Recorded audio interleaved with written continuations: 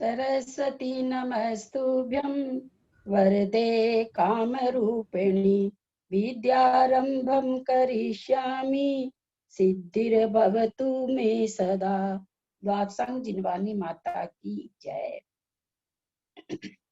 आज प्रश्न कुछ चिंतन रूप से पूछने का मन हो रहा है। आप लोग को कोई परेशानी नहीं होनी चाहिए, नहीं आने पर उसकी व्याख्या होगी ही। पूछा जाए ना कि कोई आप लोग को कोई परेशानी नहीं है ना?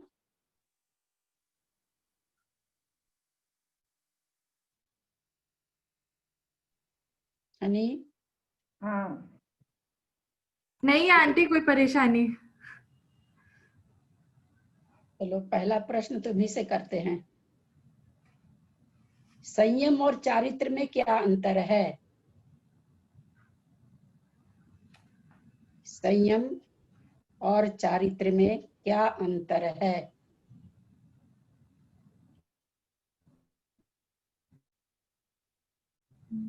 आंटी एक बार सोच रही हूँ। हाँ बिल्कुल सोचो बेटा, आज वैसे ही प्रश्न है, थोड़े सोच के देने के उत्तर के हैं। लगे हाँ, आशीर्वाद लगे आशीर्वाद।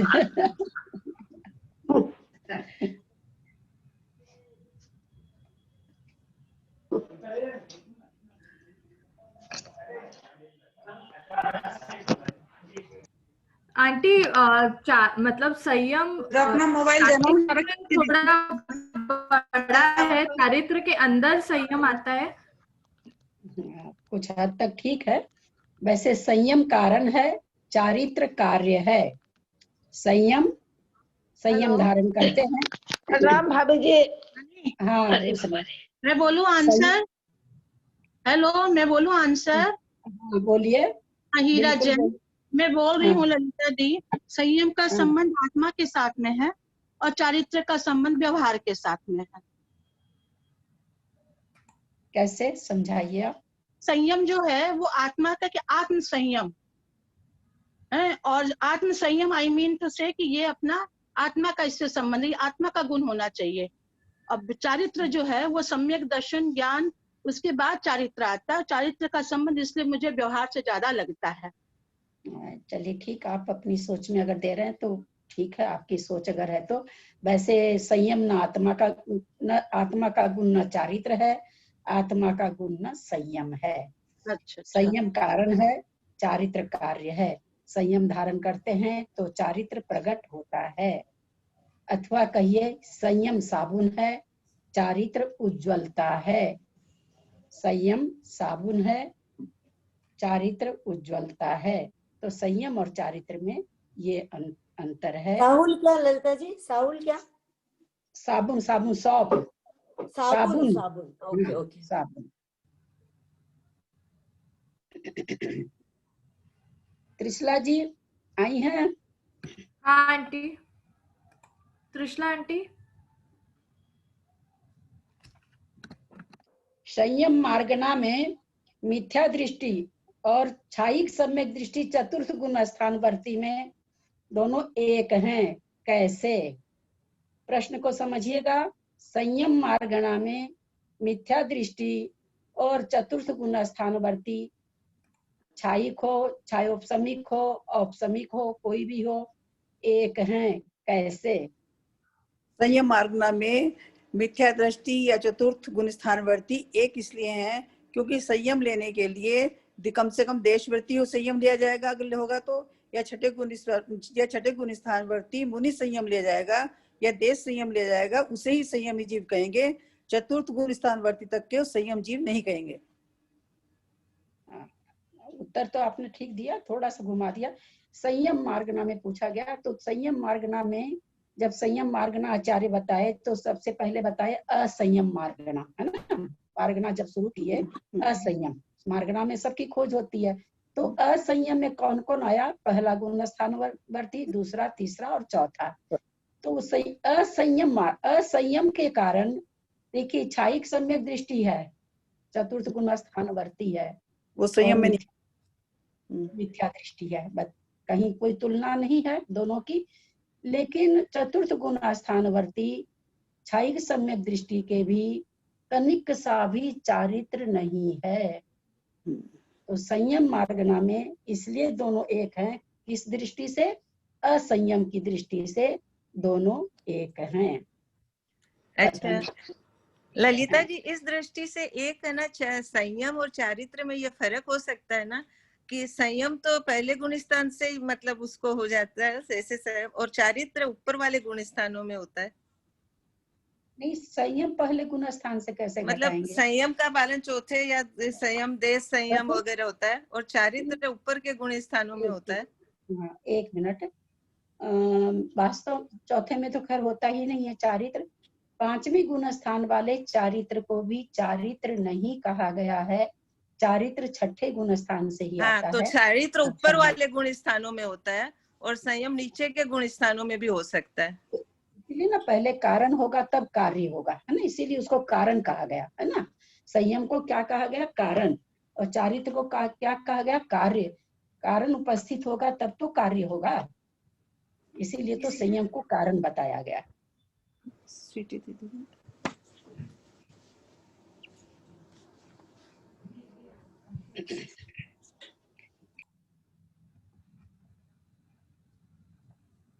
कौन आए मुझे ये नहीं पता चल रहा है। हीरा पांडे आई हैं क्या? हाँ आंटी। हाँ हाँ हीरा जी, केवल ज्ञानी जो भी है अरहंत परमेष्ठी, उनके ज्ञान में सब कुछ झलकता है।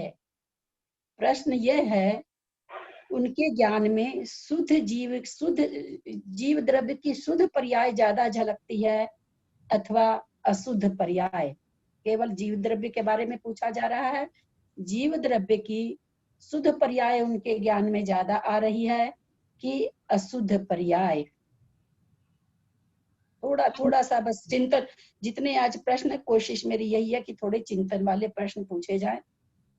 जब उनके केवल ज्ञान में सब हाँ, कुछ झलकता है तो शुद्ध और अशुद्ध पर्याय क्यों, एक ही क्यों, दोनों सभी झलकेगी ना। नहीं, मैं एक नहीं पूछी, मैं हाँ। एक और दो नहीं पूछी, गिनती तो है ही नहीं उनके ज्ञान में, गिनती तो है ही नहीं, सारी चीज झलक रही है। प्रश्न ये है कि जो है वही झलकता है, जो हाँ। नहीं है वो तो झलकता नहीं है। हाँ। यहाँ प्रश्न ये है कि केवल ज्ञान में जो पर्याय झलक रही है उनके जीव द्रव्य की, तो शुद्ध पर्याय ज्यादा झलक रही है कि अशुद्ध पर्याय ज्यादा झलक रही है? तो ये सीधा कान पकड़ने का नहीं है, थोड़ा सा घुमा के कान पकड़ना होगा। शुद्ध पर्याय झलक रही है। मैं बताऊं ललिता जी? बोलिए। अशुद्ध पर्याय ज्यादा झलकेगी क्योंकि ज्यादातर जीवों के अशुद्ध पर्याय है, तो वो ज्यादा है। ज्यादा जीवों के अशुद्ध पर्याय नहीं, जीव ज्यादा, अनंत जीव हैं। हाँ, और उनके सबके अशुद्ध पर्याय ज्यादा है। और उनकी अशुद्ध पर्याय है। चूंकि क्यों अशुद्ध पर्याय ज्यादा झलकती है? क्योंकि अनंत जीव, जैसे कहा गया ना कि जरा सा क्या वो आलू में कितना सा करो तो अगर उसके जीव बन के उड़े, कबूतर बन के, तो पूरा आकाश भर जाए। एक निगोदिया के शरीर में अनंत, साधारण शरीर में अनंत जीव बताए जाते हैं। तो इस हिसाब से अशुद्ध जीव ज्यादा हैं, तो अशुद्ध पर्याय उनके ज्यादा झलक रही है शुद्ध पर्याय के बनिष्पत। मंजू जी बहुत अच्छा लगा आपने उत्तर दिया।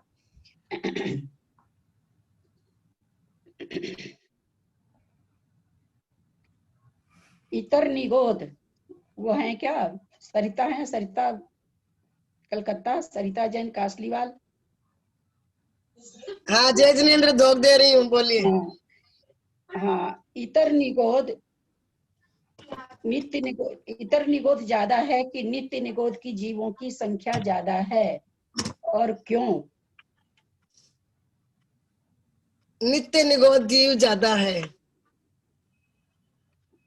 हाँ, उत्तर आपका सही है। कितना ज्यादा है बता पाएंगी? कितने ज्यादा है मतलब ये तो पूरी नित्य निगोद जीव तो संपूर्ण लोक में पाए जाते हैं, कल भूमि में पाए जाते हैं वहां, इस अपेक्षा से। एक मिनट, वो नित्य निगोद नहीं है। जो संपूर्ण लोक में पाए जाते हैं उनको सूक्ष्म निगोध है ना, सूक्ष्म जीव हाँ, सूक्ष्म सूक्ष्म निगोध निगोध। पाए जाते हैं। नित्य निगोध उसको नहीं कह सकते, उनको सूक्ष्म निगोधिया कहते हैं ना। हो सकता है वो नित्य निगोध कहा ही जाता, नित्य निगोध भी। निगोधिया जीव संपूर्ण लोक में ठसाठस भरे हुए हैं, हाँ, ऐसे कहा जाता है। नित्य निगोध के लिए जो आप कह रहे हैं कि लोगों ने क्या इसको समझ रखा है कि नित्य निगोध तो कल कल भूमि में ही रहते हैं, तो उसके लिए बताया गया कि ऐसा कुछ नहीं है कि नित्य निगोध वहीं पे रहते हैं, वहां पर और भी जीव हैं, वनस्पति कायिक भी हैं, पृथ्वी काय, जल काय, सभी जीव हैं। ऐसा कुछ नहीं है कि इतर निगोध का, सॉरी, नित्य निगोध का वही स्थान है। तो इतर निगोध से, क्योंकि नित्य निगोध, इसलिए नित्य निगोध अनंत गुना है। इतर निगोध से नित्य निगोध जीव अनंत गुना है। ललिता जी, हाँ, वनस्पति का कहाँ है नित्य निगोध के स्थान पर? नित्य निगोध तो ठसाठस तीन लोक में भरे हुए हैं, अगर कल कल भूमि में वनस्पति का थोड़ी है। शायद तो है, और आप आज प्रश्न उठाई तो फिर देखूंगी। हाँ, कि आप क्योंकि मेरे हाँ, नहीं ठीक है, हो सकता है कि नहीं हो, देखना पड़ेगा। और क्या कह रही थी मैं? संपूर्ण लोक में संपूर्ण लोक में नित्य निगोध जीव है, इस अपेक्षा से नित्य निगोध जीव ज्यादा है, और वो अनंत गुण है इतर निगोध से। हाँ, अनंत गुण है इतर निगोध से। ललिता जी, एक शंका हाँ? ये हो रही है कि इतर निगोध में जो 608 जीव निकलते हैं नित्य निगोध से, वो इतर निगोध में आते हैं, तो इतर निगोध में वही है क्या खाली जो निकलने वाले 608? नहीं, इतर निगोध से निकल, वो तो ऐसी व्याख्या है। हाँ, मोक्ष जाते हैं 608। नहीं नहीं, मोक्ष जाने की बात नहीं, नित्य निगोध से निकल करके व्यवहार राशि में आते हैं। हाँ, 2 इंद्रिय 3 इंद्रिय जैसे सारी पर्याय में आते हैं, व्यवहार राशि में आते हैं। ऐसा नहीं है कि इतर निगोध में तो जो व्यवहार राशि में आकर के जाता है उसको इतर निगोध कहते हैं। हाँ, उसको कहते हैं, जो एक बार निकल गए वापस उसमें जाते हैं वो इतर निगोध। एक बार आ जाते हैं व्यवहार राशि में तो फिर वो इतर निगोध कहलाते हैं। अच्छा ललिता जी, नित्य निगोध से 608 ही जीव निकलते हैं, या ज्यादा से ज्यादा या कम से कम? नहीं, 608, मतलब फिक्स 608 ही है। मतलब 6 महीने 8, हाँ, 6 महीने 8 समय में 608 चाहे 8 समय में निकलो, 600 में निकलो।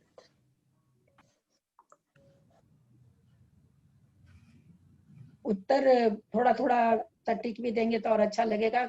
कुसुम जी, आपसे प्रश्न है, उत्तर हम सटीक चाहेंगे आपसे।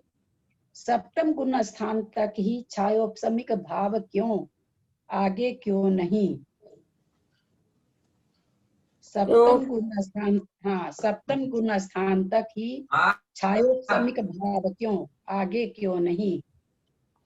क्योंकि आगे के गुण स्थानों में तो श्रेणी वाले जाते हैं, और श्रेणी वाले जाते हैं तो उपसम श्रेणी वाले या छपक श्रेणी वाले होते हैं, तो छायोपशमिक भाव नहीं रहेगा, या उपशमिक होगा या छायिक होगा। ये बात तो शायद ग्रुप में सभी को मालूम है। छायोपशमिक क्यों नहीं, यहाँ प्रश्न ये है, कौन सा भाव वहाँ रहेगा? प्रश्न ये नहीं है, प्रश्न ये है छायोपशमिक भाव क्यों नहीं? क्योंकि वो तो सब अनंतानुबंधी 4 और 3 वो मिथ्यात्ववादी सम्यक तो 7 प्रकृतियों का या तो कोई उपसम या क्षय करके जा रहा है, या जो क्षयोपसम में भी क्षयोपसम वाला भी जा रहा है, तो वो सत्व प्रकृतियों का नष्ट करके या उपसम करके ही जा रहा है ना आगे। वही तो आपसे पूछना चाह रहे हैं कि छायोपशमिक भाव क्यों नहीं आगे, क्या कारण? तो छायोपशमिक भाव तो जब बनता है ना सर्वघाती प्रकृतियों का उदयाभावी क्षय या सद्वस्था रूप उपसम या सम्यक प्रकृति का उदय, सब प्रकृति, इन प्रकृतियों को तो वो या नाश करके जा रहा है, उपसम करके जा रहा है, तो छायोपशमिक भाव तो है ही नहीं। हाँ, आप बोल रहे हैं, वो तो सारा सिद्धांत आप बोल ही रही हैं। क्यों नहीं बनाया छायोपशमिक भाव के साथ, क्यों नहीं बनाया श्रेणी को, क्यों नहीं बनाया, क्या कारण से? क्या ये अपने कोई किताबों में? एक मिनट, जो भी प्रश्न आज पूछ रहे हैं चिंतन का प्रश्न है। पहली बात बता दें, अपने को थोड़ा सा एक दिमाग की एक्सरसाइज करनी है, हम थोड़ा सा लकीर से हटके भी जाने। नहीं, अच्छी बात है ना, बढ़िया है, वो तो बहुत अच्छा किया आपने, तभी खुलेगा ना इस तरह के प्रश्न आज, हाँ, थोड़ा सा दिमाग खुलना चाहिए ना, रटी रटाई परिभाषा में बैठे रहेंगे। रटी रटाई नहीं, जो समझ में आया वो बोलेंगे। हाँ, बोलिए, बोलो। नहीं देते। हाँ हाँ बोलो, आंटी, हाँ बोलो बोलो।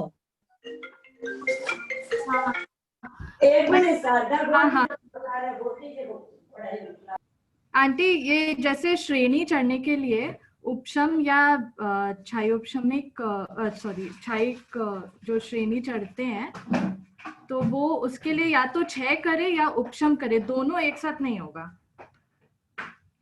हम तो यहाँ ऐसा कुछ पूछ ही नहीं रहे ना, मैं बताऊंगी ललिता जी। हम तो ये पूछ रहे हैं कि सप्तम और गुण स्थान आंटी तक। एक और चीज है, कोशिश करो ललिता जी में। आंटी छायोपमिक भाव उपसम भाव में बदल जाते हैं। जैसे सम्यक प्रकृति का भी उदय रहता है उसमें, तो वो भी उदय नहीं रहना चाहिए श्रेणी चढ़ने के लिए। इस हाँ, गुण क्यों नहीं स्थान रहना में चाहिए? कोई भी कर्म प्रकृति का क्षय और उपशम होता ही नहीं है। नहीं, एक आदमी, एक ने किसी ने दिया कि सम्यक प्रकृति का उदय रहता है, तो क्यों मैं नहीं रहना बताऊं चाहिए? ललिता जी, सम्यक, एक मिनट, किसी ने भी कहा, उनको जरा पूरा कर लेने दीजिए। किसी ने कहा अभी कि सम्यक प्रकृति का उदय नहीं रहना चाहिए, क्यों नहीं रहना चाहिए? क्योंकि उसमें 3 दोष होते हैं। हाँ, अरे वाह, बहुत सुंदर, यही बात मैं बोल रही थी, ये चल मैं लगाड़ बहुत दोस्त सुंदर, होते हैं। हाँ, हाँ। बहुत सुंदर उत्तर। सप्तम गुण स्थान तक, चूंकि छायोपशमिक भाव से आचार्य चढ़ा देते श्रेणी, कैसे चढ़ाएं, वो दोषपूर्ण है, उसमें 3 दोष विद्यमान हैं, इसलिए छायोपशमिक से आगे, छायोपशमिक क्योंकि आगे बहुत बड़ा काम करना है, और वो काम प्रकृति के क्षय और उपशम से होता है। छायोपशमिक में प्रकृति क्षय, पूरी तरह से क्षय नहीं है और पूरी तरह से उपशम भी नहीं है, इसलिए सप्तम गुण स्थान के आगे छायोपशमिक भाव नहीं बताया गया। बहुत सुंदर उत्तर, बहुत मजा आ गया सुन के।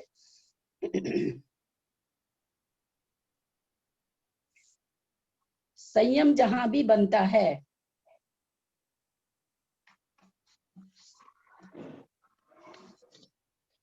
हाँ मंजू जी, क्या नाम है सो, कलकत्ता मंजू चाहे जयपुर मंजू, दोनों ही, चलिए कलकत्ता मंजू जी। संयम, संयम बनता है, संयम किसी भी, चाहे पांचवा गुण स्थान में बन रहा हो, चाहे छठे में बन रहा हो, अथवा 7वें में बन रहा हो, कहीं भी बन रहा हो, जहां भी संयम है, वो सर्वघाती स्पर्धकों के अनुदय से बन रहा है कि देशघाती स्पर्धकों के उदय से बन रहा है। फिर एक बार प्रश्न बोलती हूँ, जहां भी संयम जिस प्रकार का भी बन रहा हो, वो संयम तद संबंधी गुण स्थान संबंधी सर्वघाती कसाय के सर्वघाती स्पर्धकों के अनुदय से बन रहा है कि देशघाती प्रकृति के उदय से बन रहा है। वो सर्वघाती प्रकृतियों के अनुदय से बन रहा है, चार अनंतानुबंधी कसाय का नहीं, अनुदय वो किसी में अनुदय से, देखिए होता क्या है, दिमाग में ये रहता है, कसाय के उदय से संयम नहीं बनता कोई भी, ये दिमाग में फिट रखिए, है ना। हमेशा हमेशा संयम कसाय के अनुदय से बनेगा। संजलन, इसमें आवाज आ रही है, ठीक करिए।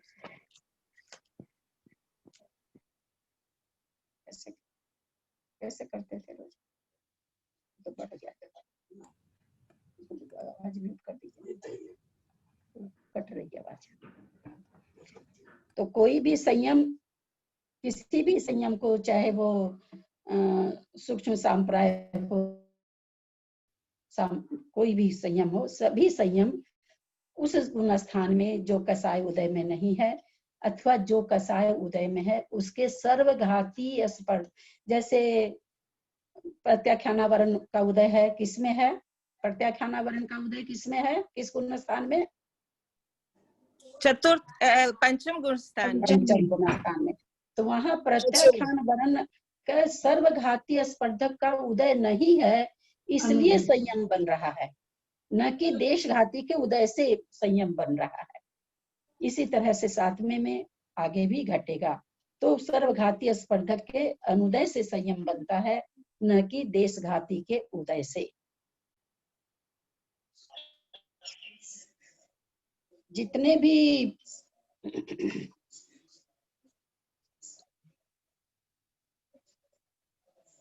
मंजू जैन जयपुर, जितने भी पुद्गल विश्व में तीनों लोक में हैं, उसमें परमाणु ज्यादा हैं कि स्कंध ज्यादा हैं?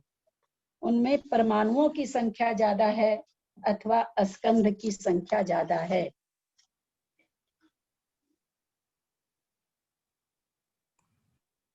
मंजू जैन आंटी जयपुर। अनम्यूट हाँ, कर दीजिए। तीन लोग में पूछा क्या आपने? हाँ, पूरा तीनों हाँ। लोक में। परमाणु की संख्या ज्यादा है ना, इस पर देखोगे? नहीं, स्कंदों मैं की, मैं बताऊं? नहीं आ रहा है। स्कंदों की संख्या ज्यादा है। हाँ, स्कंदों की संख्या ज्यादा है। हाँ, स्कंदों की संख्या बहुत ज्यादा परमाणु है। तो संगात से बनता है खुद ही। नहीं, वो तो खैर उसका दो विवेचन है कुसुम जी। राजवार्तिककार तो ये कहते हैं कि कोई भी अनादिकाल से अब तक कोई भी परमाणु अवस्था में ही रहने वाला कोई अणु नहीं है, क्योंकि स्कंद भेद पूर्वक परमाणु बनता है। वही तो मैं बोल रही श्लोक हूँ। वार्तिक अकलंक भट्टाचार्य श्लोक वार्तिक अच्छा, के विद्यानंदाचार्य, सॉरी, राजवार्तिक। राजवार्तिक वार्तिकार तो ये मानते हैं, श्लोक वार्तिक विद्यानंदी आचार्य कहते हैं ऐसे परमाणु अनंत भरे पड़े हैं जो अच्छा। आज तक स्कंद हुए नहीं हैं और होंगे भी नहीं। दोनों ही बहुत बड़े आचार्य हैं, दोनों ही ग्रंथ बहुत बड़े हैं, हमें दोनों ही मान्यता है। लेकिन वास्तव इन बातों से परे ये क्वेश्चन है, परमाणु बहुत कम है, स्कंद बहुत ज्यादा हैं। नहीं, क्योंकि ये इससे घटित हो जाता है कि भेद संगात उत्पत्ति, अपन बोलते हैं ना, भेद और संगात से अणु की उत्पत्ति जो होती है उससे, तो फिर इसका मतलब अणु पहले से जो है वो भेद से ही बने होंगे ना कभी। तो ये तो पता नहीं, वो तो ऐसे कह रहे हैं कि श्लोक वार्तिक तो कह रहे हैं आज तक बने ही नहीं है और न बनेंगे, तो दोनों ही आचार्य की बात तो माननी पड़ेगी ना। हाँ, वो ठीक है। सरिता जी चेन्नई, बहुत ध्यान से सुनिएगा, प्रश्न बहुत ध्यान से सुनिएगा। कोई छायिक सम्यक दृष्टि है, कोई छायिक सम्यक दृष्टि है, नरक आयु का पहले बंध कर लिया, उसके बाद छायिक सम्यक दर्शन प्राप्त किया, उसके बाद मान लीजिए उसके अपकर्ष काल पड़ते हैं आयु के 1, 2, 4 जो भी, उसमें अगर आयु का बंध होता है तो नरक आयु का बंध होगा कि नहीं? और होगा। हाँ या ना जो भी बोले, होगा। हाँ, क्योंकि पहले बांध लिया ना तो। अच्छा, ठीक है। अब हमको एक बात का इसका उत्तर दीजिए कि जो आचार्यों ने सिद्धांत बताया कि छायिक सम्यक दर्शन होने के बाद में नरक आयु नहीं बंधती है, उसका क्या होगा? छायिक दर्शन के बाद नहीं बंधेगी, अगर पहले बंध गई तो। पहले तो बंधी थी। हाँ। हम अभी इसमें हाँ भी नहीं बोल रहे, ना भी नहीं बोल रहे, हम केवल व्याख्या कर रहे हैं। अभी हम इसको अभी कोई निर्णय नहीं बता रहे हैं, इसलिए वापस पूछिए एक बार दीदी। हाँ, वही कहते हैं, फिर से सुनिए। किसी ने नरक गति बांध ली, नरक आयु बांध ली। हाँ। नरक आयु बांधने के बाद उसके छायिक सम्यक दर्शन हो गया, जैसे अपने श्रेणिक महाराज। हाँ। अब छायिक सम्यक दर्शन होने के बाद में मान लीजिए उनके अपकर्ष काल बचे हों 2, 4, 1, 3 जो भी बचे हों आयु के, तो उस अपकर्ष काल में अगर आयु बंधती है तो नरक आयु बांधेंगे कि नहीं? नरक आयु तो बंधेगी, उसका संक्रमण हो जाएगा, वो पहले नरक तक ही जाएंगे। ये संक्रमण और ये सब, एक तो प्रश्न का उत्तर अगर आप टू द पॉइंट आप लोग देंगे तो आप लोग को समझ में आएगा। मैंने सिर्फ मैं बोलूं क्या ललिता जी? नहीं, एक मिनट, जिनसे पूछे उनको थोड़ा दिमाग लगाने दीजिए। आज वाले प्रश्न थोड़े से घुमा के है ना, थोड़ा तो सोचना पड़ता है लोगों को, सीधे 2% वाली बात नहीं हो रही ना। कोई तीर्थंकर, कोई छायिक सम्यक दृष्टि है, छायिक सम्यक दर्शन उसने बाद में प्राप्त किया, उसके बाद उसके अपकर्ष पड़ रहे हैं, तो वो अगर नरक आयु उसने पहले से बांध रखी है तो उन अपकर्ष कालों में आयु का बंध होगा कि नहीं? चलिए उषा जी हमारी गर्दन आज तो हिला रही है। उषा, 1 मिनट कोई नहीं बोलेगा, उषा सेठ ही बोलेगी। बोलो आयु तो बोलो, पहले ही बांध ए ली। उषा बोलो, बोलो उषा बोलो। अरे तेरी के, चलो नहीं बोल रही है। नरक आयु ही रहेगी दीदी। आयु तो नहीं बदलेगी। आप प्रश्न नहीं समझ रहे हैं सरिता जी। आयु आगे थोड़ी के- बदलती। आगे के- आयु न बदलेगी न कुछ और का, न हम संक्रमण के बारे में पूछ रहे हैं कि छोटी हो जाएगी कि बड़ी हो जाएगी। संक्रमण की तो बात ही नहीं ला रहे हैं। मैं बताऊं? कौन बोल रहे हैं? अग्रवाल साहब, गंगवाल साहब, कौन बोल रहे हैं? गंगवाल साहब बोल रहे हैं क्या? बोलिए।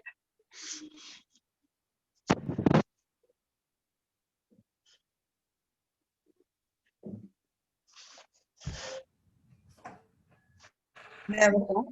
हाँ हाँ बोलिए। अवलंबनकरण हो जाएगा। अब अरे यार, संक्रमण, अवलंबनकरण, मैं बोलूं ललिता जी? मैं बोलूं ललिता जी? हाँ, एक मिनट। जिन्होंने अवलंबनकरण बोला है अथवा संक्रमण बोल रहे हैं, ये तो शब्द ही नहीं आ रहे ना। मैं तो ये पूछ ही नहीं रही हूँ कि आयु घट रही है कि बढ़ रही है, ऐसा तो कुछ मैं पूछ ही नहीं। मैं तो ये शब्द ही नहीं लाई कि आयु घटेगी कि नहीं, आयु बढ़ेगी कि नहीं। ये सब कब होता है? जब आयु घटानी रहती है अथवा बढ़ानी रहती है, तब ये सब होता है। अवलंबनकरण, संक्रमण, जो भी कह दीजिए। हम आयु घटाने इसमें की तो बात करते हैं, हम तो ये पूछ रहे हैं। पड़ेगी। अरे आप इसका मतलब प्रश्न मैं एक बताऊं? मिनट, एक बार वापस पूछिए ना, एक बार वापस पूछिए। हाँ सरिता जी प्रश्न नहीं समझी है, इनका उत्तर से मुझे एक समझ में बार आ गया। आंटी, मैं सबको म्यूट कर देती हूँ, 1 मिनट, सुनाई नहीं देता। आंटी आप अनम्यूट कर लीजिए, सरिता आंटी आप अनम्यूट कर लीजिए। ध्यान से सुनिएगा सरिता जी।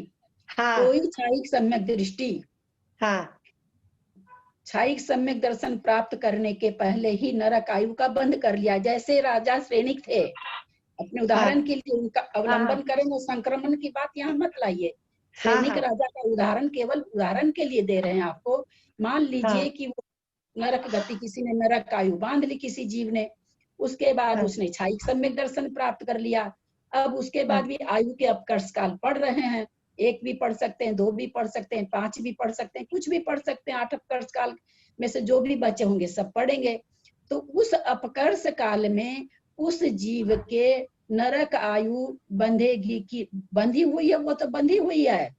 अब और बंधेगी कि नहीं, जैसे हम लोगों ने कल जाना ना कि कोई भी आयु का, अपने कल ये चीज समझे थे कि किसी भी, पहले पूरा सुन लीजिए, किसी भी अपकर्ष काल में जो आयु बंध गई, उसके बाद जो भी अपकर्ष काल आता है उसमें बंध भी सकती है आयु, नहीं भी बंध सकती है, कम भी बंध सकती है, ज्यादा भी बंध सकती है।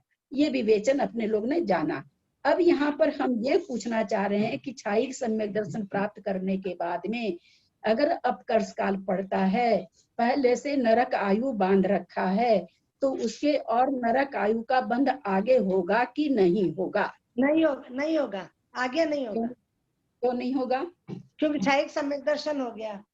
हाँ, क्योंकि अब कर्ष उसके कितने पड़े आते रहे, लेकिन अब आयु बंद नहीं होगा उसको, क्योंकि छायिक सम्यक दृष्टि के आयु बंद नहीं होता। नहीं होता। ठीक है, अब समझ में आया। क्वेश्चन ही समझ में नहीं आया। हाँ नहीं, कई बार नहीं समझ में आता है भाई।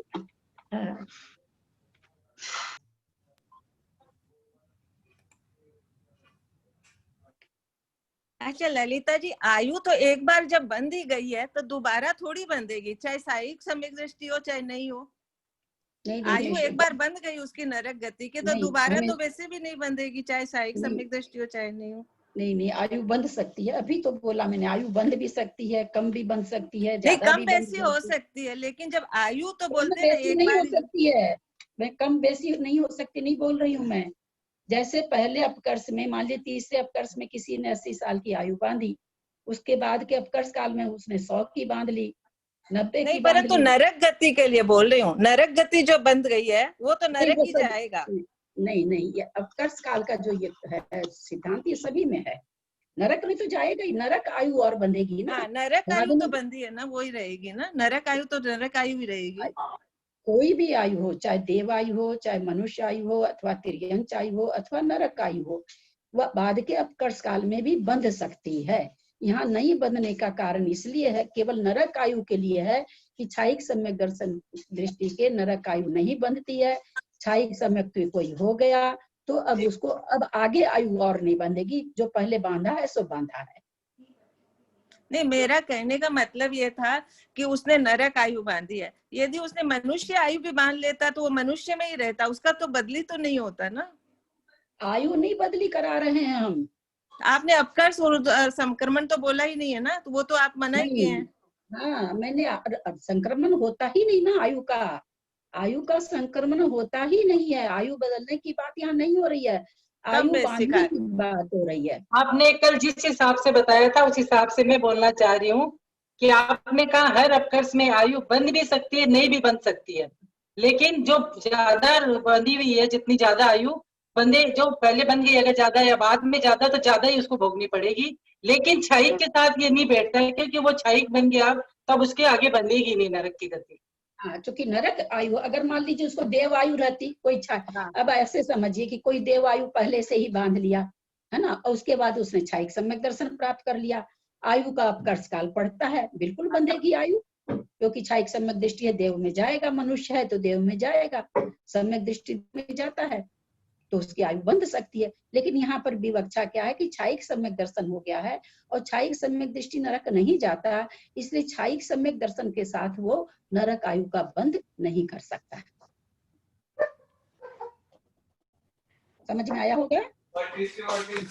आया दीदी। नहीं तो वैसे तो क्षायिक वाले की बदल जाएगी क्या, मनुष्य से देव या देव से मनुष्य? आयु नहीं बदलती।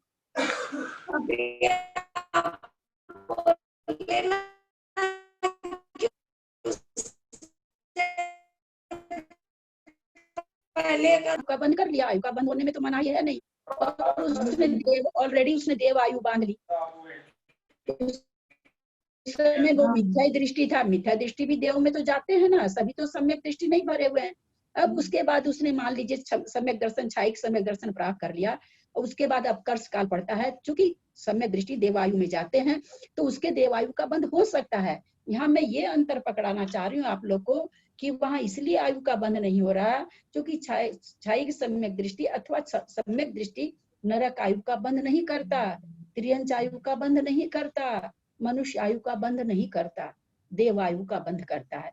आयु बदलती नहीं है, पहले उसने नरक की बांध ली है, बदल तो सकती नहीं, इसलिए आगे आयु का बंध उसको आगे के अपकर्ष काल अगर जो भी पढ़ते हो, 1 पढ़ो 2 पढ़ो 3 पढ़ो, नहीं पढ़ो भी अलग बात है, तो उसमें और आयु का बंध नहीं होगा, ये मैं समझाना चाह रही हूँ।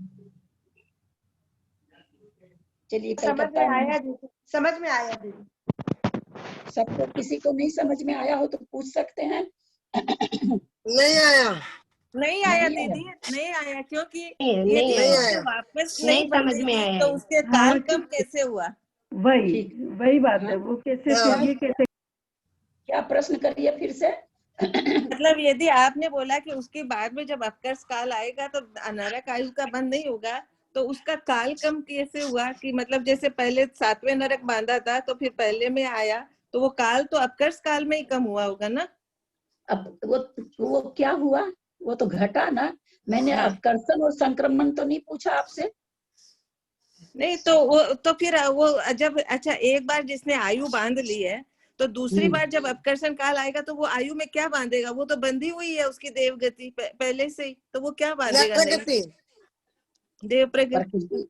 हाँ, प्रकृति। तो फिर वो क्या बांधेगा? यही तो बांधेगा ना, कम बेसी के तीसरे से चौथे में चला गया, चौथे से 5वें में चला गया, स्वर्ग में, पहले स्वर्ग के नहीं स्वर्ग में तो आयु कोई सम्यक दर्शन प्राप्त कर लिया, पहले भी देव आयु बांध रखा था। अब उसका अपकर्ष काल में सब चीज हो सकता है। आप लोगों को एक चीज नहीं बताई हुई, कई चीज बताई हुई कि संक्रमित वैसे आयु में अवलंबन करण भी हो सकता है। संक्रमण का नाम तो होता है आयु का दूसरे आयु में बदलना, वो तो होता नहीं है। तो अवलंबन करण भी हो सकता है। जो आयु पहले से बांध रखा, मान लीजिए देव आयु बांध रखा 2 सागर की, अब अपकर्ष काल पड़ा, क्षायिक सम्यक दर्शन प्राप्त करने के बाद में आधा सागर की फिर बांध लिया अथवा 3 सागर की बांध लिया, लब्धि स्थान बहुत अच्छे रहे, 3 सागर की बांध लिया, बांध सकता है। और नहीं भी बांध सकता है, वैसे की वैसे अपकर्ष काल ऐसे ही खत्म हो सकता है। आज 8 अपकर्ष काल में आयु का बंध क्यों नहीं हो रहा है? क्योंकि लब्धि स्थान वगैरह नहीं प्राप्त होते हैं, वहां पर लेस्या स्थान का नहीं हिसाब बैठता है तो नहीं बंद होता। मान लीजिए ऐसा हुआ, लेस्या स्थान का हिसाब बैठ गया, आयु बंधने लायक स्थान आ गए, तो अगर आयु का बंध होता है तो छायिक सम्यक दृष्टि, नरक की बात छोड़िए, अगर त्रियंच आयु बांध लिया है और उसके बाद छायिक सम्यक दर्शन प्राप्त कर लिया है तो त्रियंच आयु भी नहीं बढ़ेगी, क्योंकि छायिक सम्यक दृष्टि त्रियंच में नहीं जाते। छायिक सम्यक दर्शन प्राप्त करने के बाद में त्रियंच आयु का बंध नहीं होता। ये सिद्धांत हम पकड़ाना चाह रहे हैं आप लोग को। लेकिन देवायु में जाता है। मान लीजिए पहले देवायु बांधा, पहले देवायु, बाद में तो बांध नहीं सकता देवायु, पहले देवायु बांधा है तो अपकर्ष काल में उसके उस आयु में बढ़ भी सकती है, घट भी सकती, जैसा हो तो हो, नहीं हो तो उतनी की उतनी भी रह सकती है। लेकिन और कोई आयु अगर बांधा है और छायिक सम्यक दर्शन प्राप्त कर लिया तो उस आगे के अपकर्ष काल में आयु नहीं बंधेगी। अवलंबन करण वगैरह जहाँ जरूरत होगा वो दूसरी विवक्षा है, अवलंबन करण होने की विवक्षा दूसरी है। आयु बंध की बात हम बोले कि वहां आयु बंधेगी, कम और ज्यादा की भी बात नहीं है। पहले ज्यादा बांधा था, अब कम बांध रहा, अब ज्यादा बांध रहा, वो भी बात नहीं। बात सिर्फ इतनी सी है कि अपकर्ष काल अगर पड़ता है तो वो अगर कोई छायिक सम्यक दृष्टि है तो वो नरक आयु अगर पहले बांध लिया है तो आगे के अपकर्ष काल में उसको और नरक आयु बंधेगी कि नहीं। अथवा त्रियंच आयु बांध लिया है, छायिक सम्यक दृष्टि हो गया है, अपकर्ष काल पढ़ते हैं तो उस अपकर्ष काल में त्रियंच आयु को और बांधेगा कि नहीं बांधेगा। हाँ, तो नहीं बांधेगा, क्योंकि छायिक सम्यक दृष्टि के केवल देव आयु का ही बंध होता है। हाँ, इसलिए उन अपकर्ष काल में अवलंबन करण होना एक अलग चीज है ना, अवलंबन करण दूसरी चीज है और आयु का बंध दूसरी चीज है। भव में आयु का मतलब उस भव में ठहरने की सीमा। तो वो हाँ, अगर देव आयु बांधा है, कोई छायिक सम्यक दृष्टि हो गया, उसके बाद अपकर्ष काल पड़ता है तो उसमें कुछ भी कर सकता है, कुछ बढ़ा सकता, घटा सकता, नहीं भी कुछ कर सकता है। ये हम यहाँ पर सिद्धांत आप लोग को बताना चाह रहे थे। अच्छा, मंजू जी कलकत्ता। दीदी इसको ऐसे समझे ना, बोलिए। हाँ, इसको ऐसे समझे जैसे सिंपल सी बात है कि छायिक सम्यक दृष्टि को देवगति का ही बंद होता है, छायिक सम्यक दृष्टि को नियम से देवगति का ही बंद होता है। लेकिन किसी जीव ने अगर नरक, तिर्यंच या मनुष्य बांध रखी है पहले, फिर उसको बाद में छायिक सम्यक दर्शन हुआ है तो उनकी आयु नहीं बंद होगी, देव की खाली बंद होगी, खाली देवगति वाले में चेंज होगा। उस आयु में कोई परिवर्तन मतलब नहीं होगा। हाँ, खाली देवगति में होगा। हाँ। मंजू जी कलकत्ता, सीढ़ियों के बिना ह्रास भी संभव नहीं है और विकास भी नहीं। सीढ़ियों के बिना ह्रास भी संभव नहीं है, विकास भी नहीं। 14 गुण स्थान में ऐसा कौन सा गुण स्थान है जिसमें सबसे ज्यादा ह्रास होता है?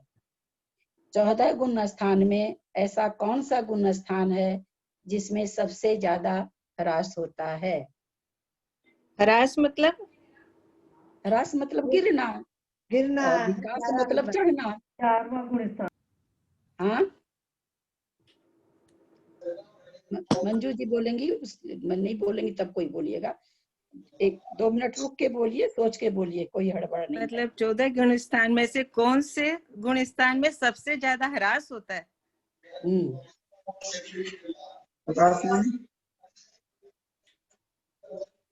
चौथे गुण स्थान में ही होएगा ना।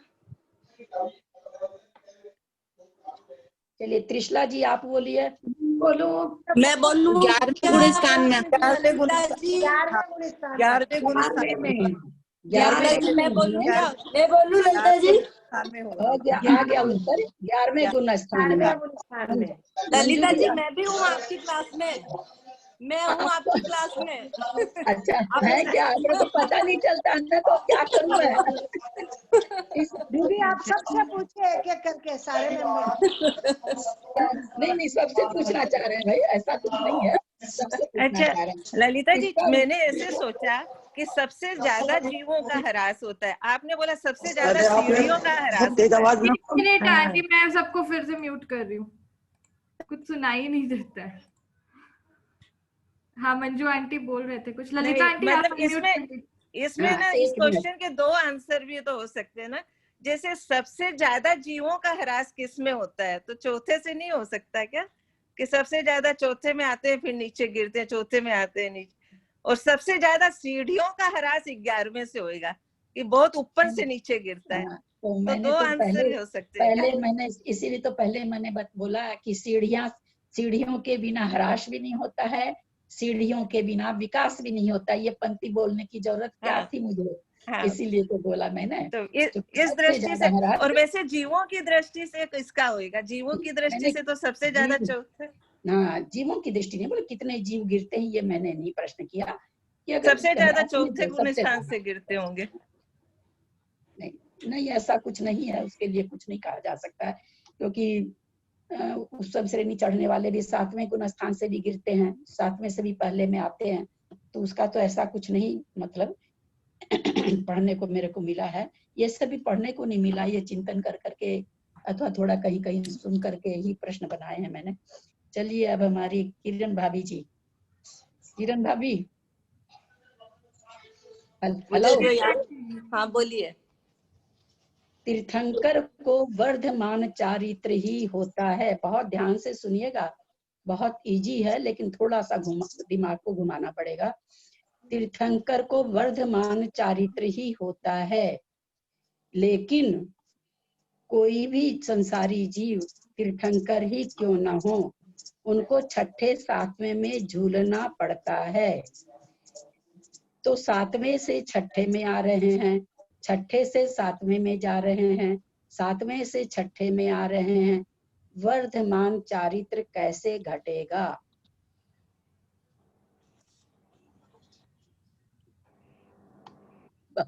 वहाँ 6ठे 7वें 6ठे और 7वें में इसलिए ये मेरे को कहते हैं तुम सबसे कड़ा प्रश्न पूछ लिए, उस पर हमको हंसी आ गई। नहीं कोई बात नहीं, मैं ट्राई तो कर ही सकती हूँ ना। 6ठे और 7वें जब जीव ये औपसमिक के बाद सबसे पहला गुण स्थान वो जब वो शादी में एक मिनट भाभी, और कोई गुण स्थान की व्याख्या नहीं है, केवल 6ठे 7वें की है। अब वो भी तीर्थंकर की बात है, बाकी जीवों की नहीं है। बाकी जीवों को किसी को वर्धमान चारित्र ऐसा कोई नियम नहीं है, वो मन्ना प्रिय ज्ञान वगैरह की अलग से विवक्षा है। ऐसे सभी को 6ठे गुण स्थान में कोई जरूरी नहीं है कि वर्धमान चारित्र हो। तीर्थंकर के लिए कहा जाता है कि तीर्थंकर का चारित्र वर्धमान ही होता है। अब 6ठे 7वें में तो तीर्थंकर को भी हजारों बार झूलना है, तो जब वो हजारों बार झूल रहे हैं, 7वें से 6ठे में आ रहे हैं, 6ठे से 7वें में जा रहे हैं, 7वें से 6ठे में आ रहे हैं, इसमें हम कैसे घटाएं? वर्धमान चारित्र हम कैसे घटाएं? किस तरह से घटाएं कि उनमें घट जाए कि हाँ वर्धमान चारित्र है उनका? कौन देगा इसका जवाब? हाँ, मैं देऊं ललिता जी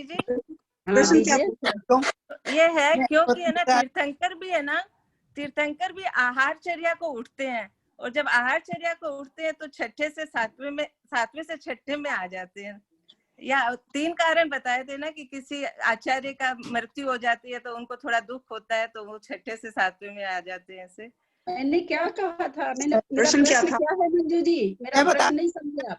मैं केवल मेरा प्रश्न सुनिए आप लोग ध्यान से। मुझे केवल आप इतना बताइए कि उन 6ठे 7वें में झूलते हुए तीर्थंकर को वर्धमान चारित्र कैसे घटाया जाए?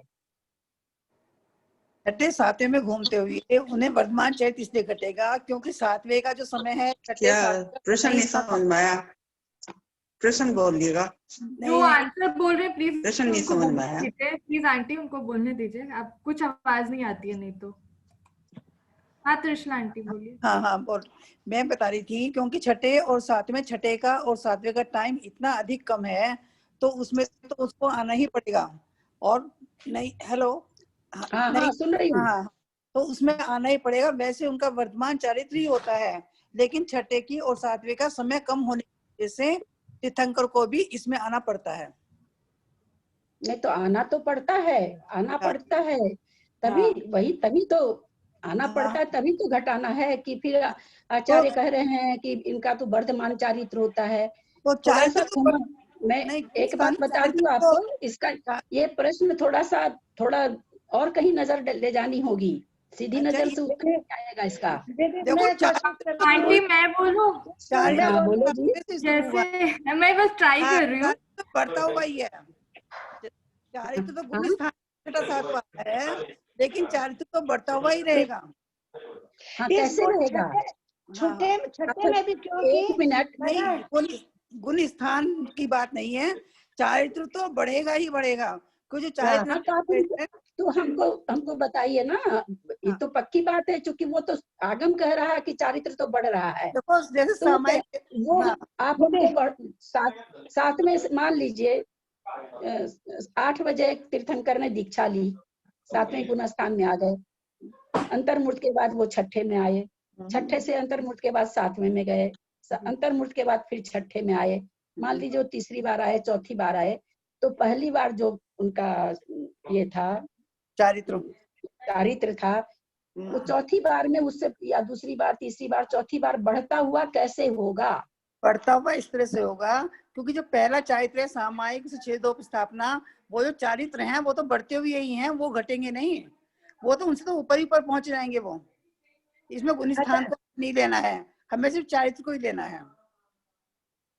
दीदी मैं बोलूं, इसमें बोलिए। मुझे ऐसा लगता है कि मना पर्याय ज्ञान का शुभारंभ भी छठे गुण स्थान में होता है, रिद्धियां भी इसी में प्राप्त होती है, आरक शरीर भी इसी में प्राप्त होता है, छठे में परिहार विशुद्धि संयम भी छठे में प्राप्त होता है। ये उत्तर नहीं है भाभी। और कोई देना चाहता हो? कुसुम जी वगैरह कुछ बोलना चाहती हूँ? त्रिशला जी का आपका थोड़ा सा 10% ठीक है, वास्तव में उत्तर नहीं आया आपका, आप बोल ठीक रही हैं, थोड़ा वही कहते हैं ना, चारित्र की विवक्षा अलग है, गुण स्थान अलग चीज है। चारित्र तो उत्तरोत्तर बढ़ ही सकेगा, गुण स्थान अलग चीज है अपनी जगह। छठे सातवें में सुनिए मेरी बात, छठा गुण स्थान में बोला गया स्वंजलन का तीव्र उदय है, और वो तीर्थंकर को भी है। 7वें गुण स्थान में बोला गया स्वंजलन का मध्यम जघन्य उदय है, और वो तीर्थंकर को भी है।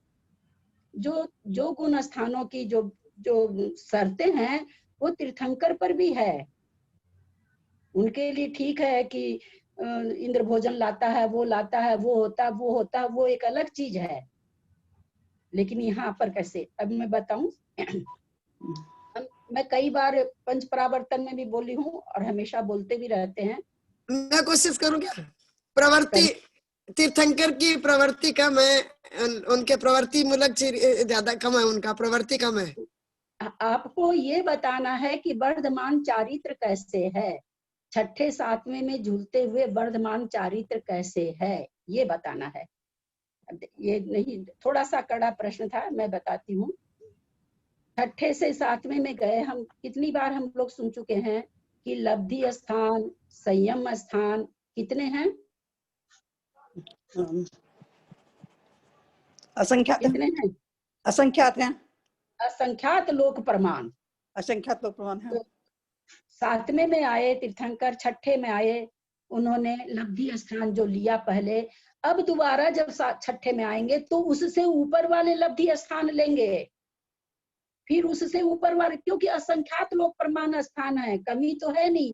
वो छठे गुण स्थान में जब जब आएंगे तो उनका संयम स्थान, संयम का लब्धि स्थान उनका ऊपर ऊपर रहेगा, वही लब्धि स्थान नहीं रहेगा उनका, नहीं तो उनका वर्धमान चारित्र नहीं घटेगा। अब कोई पूछे इसमें तो बहुत झूलना पड़ता है, तो भैया असंख्यात लोक प्रमाण है लब्धि स्थान, तो जो भी इनके स्थान उसके ऊपर ऊपर ऊपर ये जब भी प्रवृत्ति में आएंगे तो ऊपर ऊपर बढ़ते हुए स्थानों में प्रवृत्ति में आएंगे। समझ में आई बात? आपने बताया भी था कि आकाश के जितने मतलब बहुत ज्यादा वो है प्रदेश नहीं, प्रदेश नहीं है लब्धि कितने संयम लब्धि स्थान लब्धि स्थान कितने हैं कि असंख्यात लोक प्रमाण।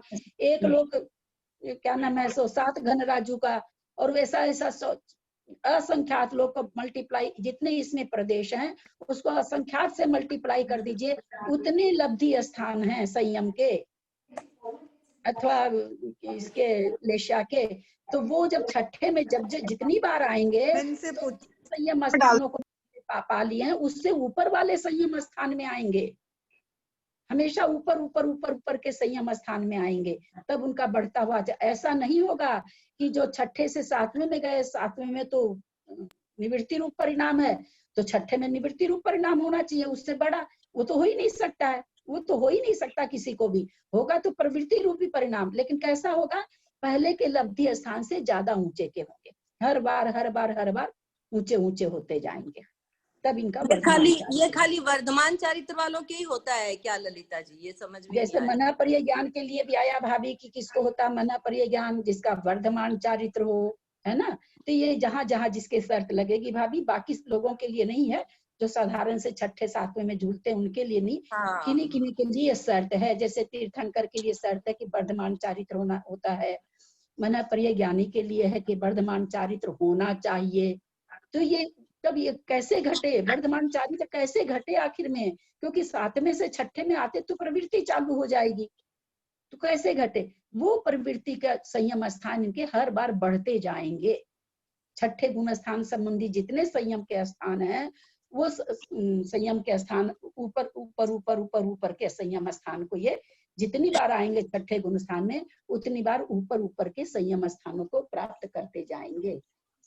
अच्छा, पर ललिता जी एक बार उन्होंने है ना सातवें गुण स्थान में चले गए हैं, तो उस समय जो लब्धि उनके मतलब वो थी, वो गुण मतलब जो भाव शुद्ध थे, वो तो एक बार वापस छठे में आएंगे तो वो तो एक बार कम तो होंगे ना। तो इसीलिए तो कहा गया ना कि तभी यही चीज तो समझा रहे हैं आपको कि इसको ऐसे नहीं पकड़ना है कि भाई सातवें से छठे में तो कोई भी आओ, तीर्थंकर आओ तो कोई भी आओ तो प्रवृत्ति रूप तो हो ही रहे हैं, वहां निवृत्ति रूप परिणाम था। गुण स्थान यहाँ ये नहीं कहा गया, वर्धमान चारित्र का मतलब ये नहीं कहा गया भैया तीर्थंकर हो तो छठे गुण स्थान में आठवें गुण स्थान जैसा चारित्र होना चाहिए, सातवें जैसा होना चाहिए, ये नहीं कहा गया। ये कहा गया कि वर्धमान चारित्र वाले होते हैं, जब भी छठे में आएंगे, छठे से सातवें में जाएंगे तो सातवें से छठे में आएंगे, जो दोनों ही गुण स्थानों में ऊपर ऊपर बढ़ते असंख्यात लोग प्रमाण हैं, लब्धि स्थान ऊपर ऊपर ऊपर ऊपर की ओर वो प्राप्त करते जाएंगे। प्राप्त का मतलब वैसी वैसी विशुद्धि को लेते जाएंगे, और क्या, और कुछ नहीं है। लेस्या स्थान अथवा संयम स्थान उतनी उतनी विशुद्धि उनकी निरंतर बढ़ती जा रही है, निरंतर बढ़ रही है। अंतर्मूर्त में इधर, अंतर्मूर्त में इधर बार बार हो रहे हैं, कितनी बार, हजारों बार कहते हैं झूला झूलते हैं, सभी झूलते हैं, तीर्थंकर भी झूलते हैं। बाहुबली स्वामी तो साल भर तक रहे छठे सातवें गुण स्थान में, खैर वो वर्धमान चारित्र नहीं था उनका, लेकिन कहते हैं छठा सातवां गुण स्थान बहुत दिनों तक रह सकता है। तो वर्धमान चारित्र वाले हैं तो उनका क्या होगा कि जो संयम के स्थान जितने हैं वे ऊपर ऊपर के तारतम्यता से ऊपर ओर की ओर जाते जाएंगे, यानी विशुद्धि उनकी बढ़ती, छठे में आते हुए भी विशुद्धि बढ़ती जाएगी। तो इसका किसी भी चीज को एक अनंतानुबंधी का सहाय लेते हैं हम, अपने लोग की चीजें अपने लोग को बहुत जल्दी समझ में आती है। क्या अनंतानुबंधी का सहाय हमेशा एक जैसी रह रही है उदय में, अपने को कितनी तारतम्यता बनती है। आप 24 घंटा छोड़ दीजिए, आप 1 घंटा पाठ करने बैठ जाइए, माला फेरने बैठ जाइए, खुद को अपने को वाच करिए उस 1 घंटा में। उस 1 घंटा में अनंतानुबंधी रूपी कसाय अध्यवसाय स्थान हमारे कितने होते हैं, कितने होते हैं कुछ पता नहीं। हर वो 60 मिनट का जितना सेकंड हुआ उसमें कितना समय हुआ, हर समयवर्ती परिणाम अलग है। जबकि हम अनंतानुबंधी वाले हैं, हम इसको चूंकि हमारी चीज रहती तो हमको ज्यादा समझ में आती है। तो उसी तरह से विशुद्धि स्थान बहुत ज्यादा है, जितनी बार वो छठे में आएंगे ऊपर ऊपर की विशुद्धि उनको होती जाएगी। इस तरह से उनका वर्धमान चारित्र घटेगा। ये सब चिंतन है, कहीं किताब में लिखा हुआ नहीं है, जो चिंतन आया है, कुछ सुना है, समझ में आया है, बहुत समझ में आया है, ये अच्छा लगा है। कुछ पढ़ा है और चिंतन बनाया है। मैंने चिंतन बना के मैं खाली में कि आज थोड़ा सा हट के आप लोगों को, नहीं तो रटी रटाई भाषा में बैठे बैठे हम लोग को तो अपने को बदलना है ना, खाली पढ़ना तो है नहीं। तो हम समझेंगे तब तो हम अपने अनंत, हम चाहे मिथ्या दृष्टि ही हो, हम अपनी मिथ्या दृष्टि का अनंतानुबंधी कसाय को कैसे हम उसको समझेंगे, तब तो हम कम करेंगे ना। तब तो हमको समझ में आएगा कि हाँ हर समय में कैसे बदलती है, हम अपने आप को ठीक करें। हमें तो अपने आप को बदलना है, इनके माध्यम से हमें तो अपने आप को जानना, अपने आप को ठीक करना है। तो हाँ कुसुम जी कुछ बोल रहे थे। अच्छा, हाँ मैं ये बोल रही थी ललिता जी, जब संयम के असंख्यात लोक प्रमाण स्थान है लेशा के संयम के, तो फिर वर्धमान चारित्र वाले कितने जीव होंगे जो ऐसे स्थान को पास, जैसे तीर्थंकर है, तीर्थंकर तो सारे नहीं होते, मुनियों में सभी अवधि ज्ञानी भी है, मन परिज्ञानी भी है, सामान्य मुनि भी है, तो इतने कितने मुनिराज हो सकते हैं फिर जो असंख्यात लोक प्रमाण में अपनी वर्तमान चारित्र को प्राप्त कर सकेंगे? जिनको भी अगर वर्धमान चारित्र है तो उनको तो करना पड़ेगा, वो अपने आप ही होते, करना क्या पड़ेगा। इतने स्थान है नहीं तो विशुद्धि करेंगे तो वर्धमान चारित्र घट जाएगा, वर्धमान चारित्र। इतने मुनियों की संख्या होगी क्या? इतने वर्धमान चारित्र वाले मुनियों की संख्या होगी? यहाँ पर संख्या की बात नहीं है, यहाँ पर नहीं ये है, नहीं समझाया मैं जा ये रहा पूछ है। रही हूँ, आप बोले वो बात समझ में आ गई। नहीं वो सब्जेक्ट अलग है कुसुम जी, वो मेरा भी कोई निकाला हुआ नहीं। यहाँ पर केवल हम आप लोग को ये समझाना चाहे कि वर्धमान चारित्र हम छठे सातवें में झूलते हुए कैसे घटाएं, कैसे समझें। वर्धमान चारित्र छठे सातवें में झूल रहे हैं, दिमाग में सीधे आता है कि वे सातवें से छठे में आए, संजलन का तीव्र उदय आ गया, यहाँ कौन सा स्थान बन गया। लेकिन वो तीव्र उदय में भी असंख्यात भेद है, असंख्यात प्रमाण भेद है। वो तो आप अभी बोल रहे हैं, अपना भी परिणाम घटाएं तो समझ में आता है कि कितने भेद हो जाते। ऐसा क्यों प्रश्न किया गया कि ऐसा क्यों उनको छठे सातवें में झूलना पड़ता है। तो इसके लिए उदाहरण दिया गया कि मोती में छेद किए बिना मोती की माला नहीं बन सकती है। क्या मतलब? मोती में छेद किए बिना मोती की माला नहीं बन सकती है। सातवें गुण स्थान में झूले बिना आगे नहीं बढ़ सकते हैं। ठीक बात समझ में आई? उदाहरण देखिए आचार्य ने कितने बढ़िया उदाहरण दिया है। सही बात। अच्छा ललिता जी, जैसा कि मेरे को समझ में आया, इसका मतलब ये हुआ कि जब वो छठे गुण स्थान में आएंगे तो जो पहले छठे गुण स्थान में उनके जो विशुद्धि थी उससे ज्यादा बड़ी होगी। और जब वो सातवें में वापस जाएंगे तो सातवें में जो पहले विशुद्धि थी उससे ज्यादा बढ़ेगी। आपको छठे और सातवें का कंपैरिजन नहीं करना है। और देखिए अभी हाल में हमने कहीं पढ़ा था, उस दिन मैं उसको हाईलाइट नहीं कर पाई, लिख भी नहीं पाई। यहाँ तक आया है कि अपूर्व गुण स्थान में, अनिवृत्ति गुण स्थान में एक साथ मुनि चढ़ रहे हैं। अनिवृत्ति गुण स्थान में एक समय एक परिणाम हो रहा है, ठीक है। अपूर्व गुण स्थान में अपूर्व परिणाम हो रहे हैं। कहते हैं उसके बाद इसके भी असंख्यात लोक प्रमाण भेद हैं, यहाँ तक घटाते हैं। उस विशुद्धि प्रमाण भेद का मतलब क्या? विशुद्धि में इतनी तरह की विशुद्धि है वहां पर भी। अब कोई सातिशय से और 10 मिनट के अंदर 12वें गुण स्थान में सारे गुण स्थानों को उलांग लेते हैं, उलांग के सीधे केवल ज्ञान कर लेते हैं।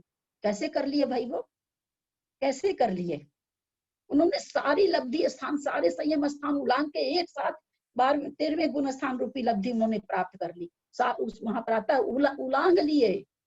उलांग लिए सारे संयम स्थानों को। जैसे कोई एक सीढ़ी पर कोई बहुत लंबा आदमी हो, देखते हैं अपने लोग मंदिर में भी नजर पड़ती है, क्योंकि मेरी ज्यादा पड़ती, मैं तो एक सीढ़ी भी चढ़ने में रोती हूँ। तो एक सीढ़ी से चौथी सीढ़ी पर पैर रखता है, और मेरे जैसा आदमी एक सीढ़ी पर 2 पैर रखता है।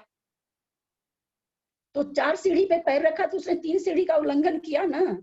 उसी तरह ऐसे परिणामों की विशुद्धि होती है किसी की कि वो सीधे सातिशय में जाते ही 8वां 9वां 10वां कब करता है, 12वें में पहुंच करके 13वें गुण स्थान में पहुंच जाता है। इसको कहते हैं उल्लंघन करना। यद्यपि वो सब गुण स्थानों में गया है, लेकिन विशुद्धि को, अब जितनी विशुद्धि धीरे धीरे अथवा जितनी विशुद्धि को उसको पकड़ना चाहिए था, वो 1 नंबर की विशुद्धि किया, सीधे वो 50 नंबर की विशुद्धि कर लिया, सीधे 250 नंबर की विशुद्धि कर लिया। इस तरह से वो उल्लंघन कर करके और झट से 13वें गुण स्थान में पहुंच गया। बात समझ में आ रही होगी?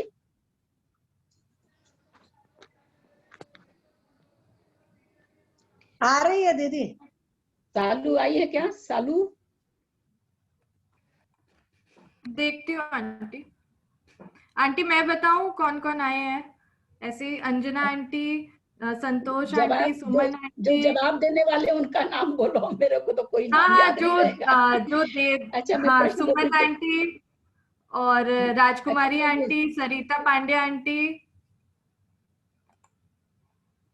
चलिए अब सरिता पाटनी को सरिता पांडे आई है क्या? अच्छा, किरण जी आप कई बार इसका प्रश्न कर ली। किरण भाभी, किरण काला जी, आपका वो प्रश्न तो बहुत टफ था। एक थोड़ा सा दिमाग लगा के दीजिएगा भाभी जवाब। देव गति और नरक गति में हमने कल बताया, सामान्य कथन क्या बताया कि चारों गति हमेशा बंधती है। सामान्य कथन हमेशा ध्यान रखिएगा, सामान्य कथन अलग होता है और जब हम मार्गणा में चलते हैं तो वो कथन एकदम बदल जाता है। सामान्य कथन चारों गति बंधती है सामान्य से। अब मेरा प्रश्न ये है कि कोई देवगति में है अथवा कोई नरक गति में है, उसको कौन कौन सी गति का बंध हो सकता है? एक मिनट, गेट बंद करो ना प्लीज। कोई जीव देवगति में है अथवा नरक गति में है, उसको कौन कौन सी गति का बंध होगा? चार गति में से सामान्य कौन कथन सी में, गति का? सामान्य कथन नहीं, में बताओ। सामान्य छोड़ दीजिए, वही कह के सामान्य को नहीं, गुण सामान्य स्थान में, कथन छोड़ के, सामान्य कथन तो चारों गति वो तो अलग है। गुण ये स्थान विशेष में कथन बताओ आ गया ना। ना गति मार्ग। नहीं, एक बार किरण भाभी को बोलने दीजिए प्लीज। हाँ, गुण ये स्थान में। गति मार्गना के हिसाब से आ गया भाभी। कोई जीव देव गति में है, देव है ना? अब वो गतियां बंध रही है, प्रत्येक समय बनती है गति।